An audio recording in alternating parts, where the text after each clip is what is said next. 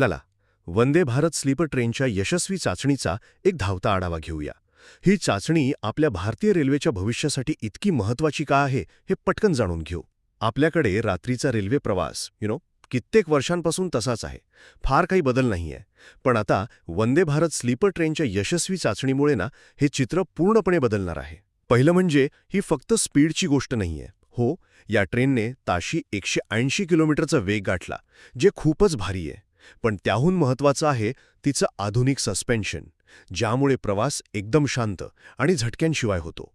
म्हणजेच आता रात्रीची झोप एकदम आरामात. दुसरं, ही ट्रेन पूर्णपणे आपल्या देशात बनलेली आहे, म्हणजे अस्सल मेक इन इंडिया.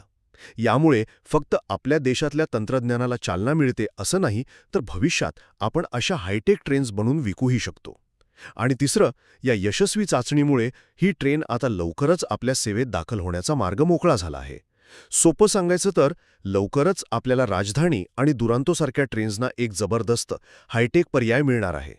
थोडक्यात, भारतीय बनावटीची ही हायस्पीड स्लीपर ट्रेन आता लवकरच प्रवाशांच्या सेवेत दाखल होण्यासाठी सज्ज झाली आहे.